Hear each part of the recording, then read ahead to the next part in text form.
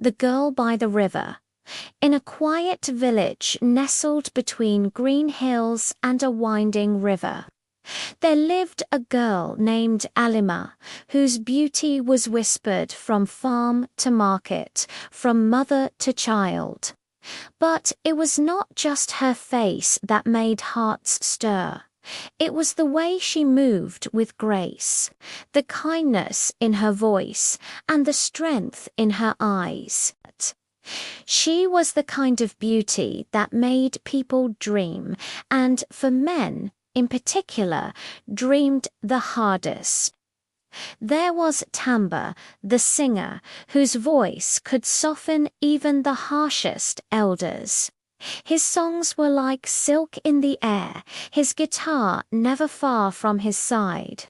He wrote verses for Alima under the moonlight, but he had never told her how he felt. But there was Kofi, the hunter, strong and steady, eyes sharp like a hawk's.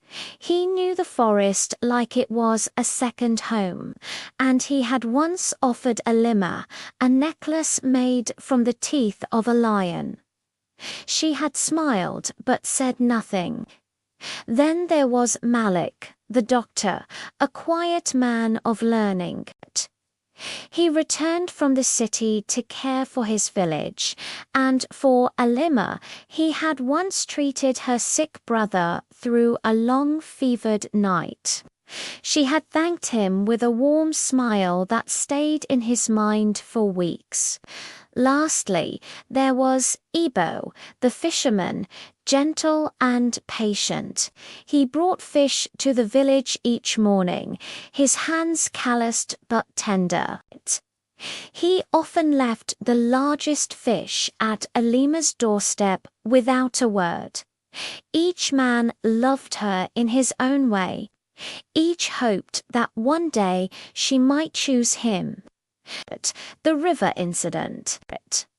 One golden afternoon, Alima went to the river to wash her clothes.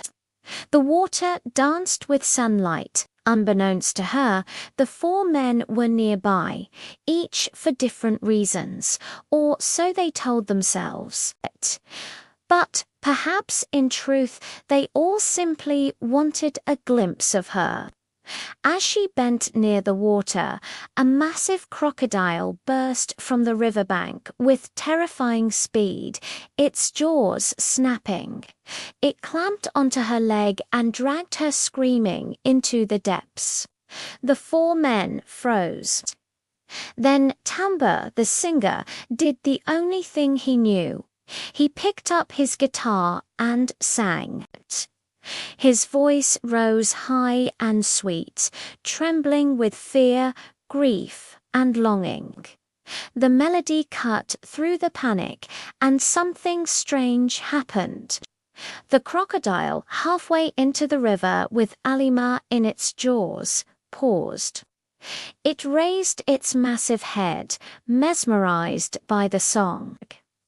In that moment of distraction, Kofi, the hunter, raised his bow. His hands were steady, his breath held. One shot straight into the creature's eye. It roared in pain and thrashed away, releasing Alima as it vanished back into the murky river. Alima floated, unconscious.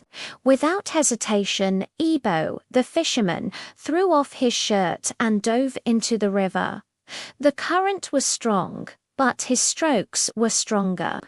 He pulled her to shore, coughing and gasping for air. Then Malik, the doctor, rushed forward. His hands, so used to healing, worked quickly, stopping the bleeding, treating her leg, listening for breath. Hours passed, but finally Alima opened her eyes. She was weak, but she lived. Big question. News of the rescue spread quickly. The village gathered, and so did the four men. Now came the question that filled every mouth and mind. Who should marry Alima? Each man had played a part. The singer stopped the beast with the power of his art. The hunter took the shot that saved her life. The fisherman braved the river to bring her back. The doctor brought her from the edge of death. An elder of the village called a meeting. Each man, he said, is a hero, but only one can be her husband. Who shall it be? The crowd argued. The singer. Without him, the crocodile would never have paused. The hunter, his arrow saved her life.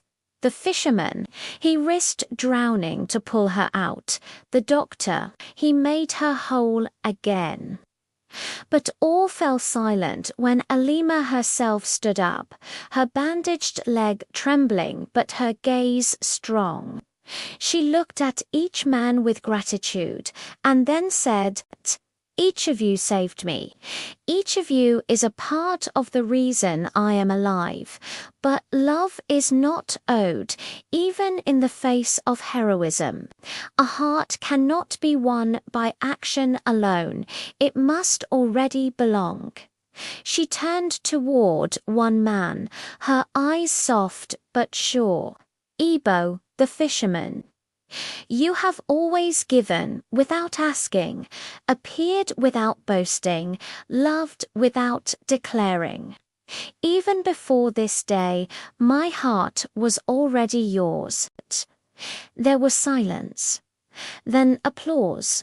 The other three men, disappointed, yes, but dignified, stepped back. For they had not saved her to win her, but because they could not bear to lose her. Moral of the story. Courage is many things: art, strength, sacrifice, knowledge. But love must be freely chosen, not earned through deeds. And so, in that village by the river, Alima and Ebo were wed. The singer sang at their wedding. The hunter brought meat for the feast. The doctor blessed them with health. All were heroes, but only one was her love.